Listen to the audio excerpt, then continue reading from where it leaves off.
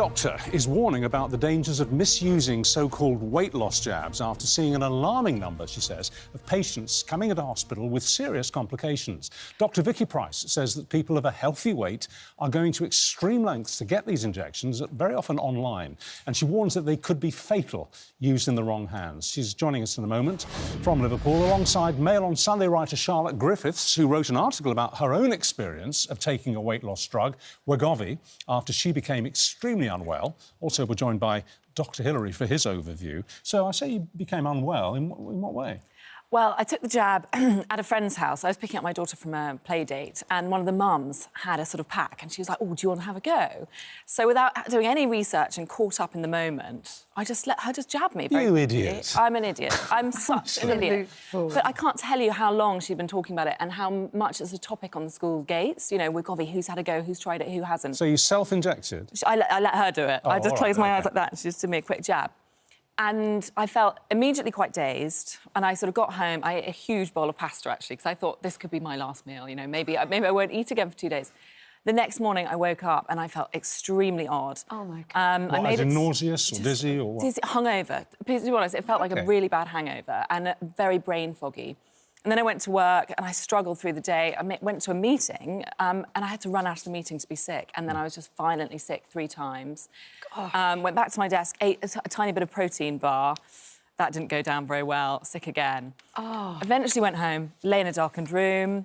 But I just kept being sick. It was a bit like sort of the norovirus, basically. Right.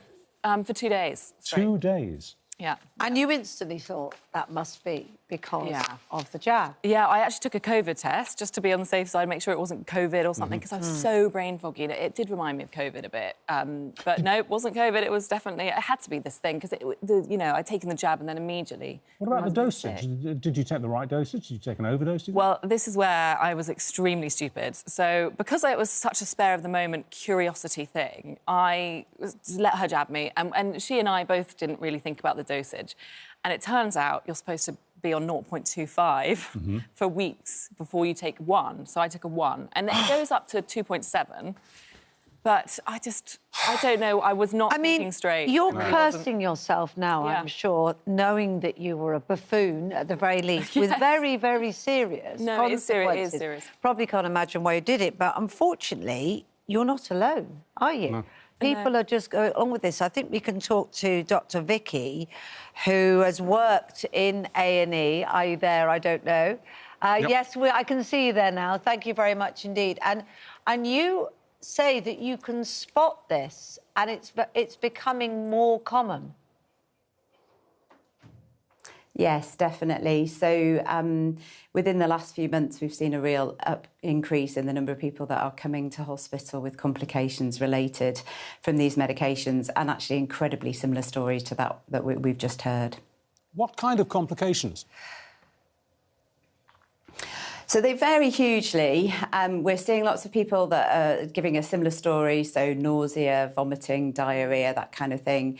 We're also seeing people that, because this goes on for quite a long time, and I think one of the things to stress is this medication, it's a once-weekly drug, so it stays in your system for a long time, which is one of the reasons we're having to admit people until the side effects of it do wear off.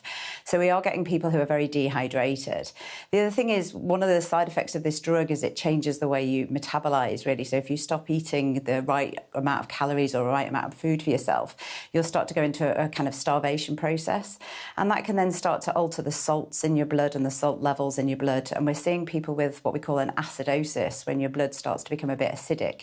And that can be as dangerous as it sounds, probably. And then on the other side of the spectrum, we're also seeing people who are getting inflammation of the pancreas. So the pancreas is one of the organs that helps to produce hormones that digest food. Now, when that gets inflamed, it can be incredibly serious, including life-threatening. So it's real concern of this spectrum of people that are coming in with these complications. How do you tend to treat them on the front line? So The thing for us as well is we've got to recognise this, because as you can imagine, a lot of these patients are a bit cautious to tell us what they've done. They're slightly embarrassed. I mean, we've just heard that very eloquent account there of how you feel a bit silly, and you can imagine if you come into hospital, you might feel silly. So first of all, we've got to be aware of it and look for it, because otherwise we might just think it's a norovirus or something like that that might be self-limiting. The first stage of treatment is simple basic things like fluids. So we put a needle into the arm and give some intravenous fluids and monitor. And in other cases, we might need to replace some electrolytes, that's salts, to make sure that the blood levels are OK and keep a really close eye on people. I mean, Dr. Hillary, you must be looking at this and shaking your head and thinking, why would people think of doing this? Because you know the potency and what it's meant to be used for. Yeah, first of all, I want to say to Charlotte, thank you for raising awareness of this. She knows she hasn't done the wisest thing, but it takes guts to come on and admit that. It does, yeah. So injecting a hormone into your body which has an effect on your brain has got to be taken seriously. So the drugs are licensed for certain criteria to be fulfilled. So your BMI is meant to be over 35. You're meant to have behavioural therapy. You're meant to have diet and physical activity. The clinical trials are substantiated by those facts, not by people of relatively normal weight taking a drug which is inappropriate. So common side effects, nausea, vomiting, constipation, diarrhoea, include pancreatitis, which can be life-threatening. It's been associated with thyroid cancers. It's been associated with sudden blindness. Not substantiated yet. Permanent blindness? Yes, Dear yes. God. So this is being seen. Now, we've been talking to Vicky, who's an emergency doctor seeing cases. Imagine how many other cases there are seeing their GP or not confessing to any side effects at all. Yes. So we do need better regulation, because people are getting this from online pharmacies with rudimentary checks which are not borne out by the truth. People are lying about their weight because they're desperate to get beach body ready. But there are serious side effects. It's a licensed drug. It should be prescribed by a qualified doctor with instructions and a data sheet which everybody should read. People are getting it online, and there's plenty of fake semaglutide out there, and you don't know what's in it. Dr Vicky, so it's really important briefly, that we learn from this. The patients who are presenting at your hospital, is there a gender bias, as it were? Are there more women than men, or vice versa? I assume the former. Yeah, so the Society for Acute Medicine represents doctors throughout the 4 nations, so we're seeing it all over the country, and what we're seeing is that they predominantly are females, but occasionally we are getting males as well. All right. Well, look, we've spoken to the manufacturers of Wegovy and Ozempic.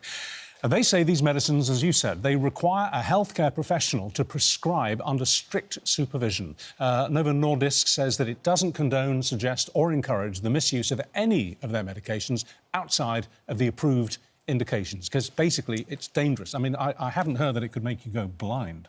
That's terrifying. It's not proven yet, but there have been reports from ophthalmologists saying that they are seeing... I guess. Yeah, 4 times as many people taking Ozempic appropriately for type 2 diabetes, and 7 times as many people taking Wegovy for weight loss who have had this sudden blindness issue, which may or may not be reversible. So it's just a warning. We don't know for sure yet, but that's pretty serious. And Charlotte, I'll echo what he said. Well done you for coming in. I'm sorry for calling you an idiot. No, you're right. I was very teasing stupid. I was. OK, thank you.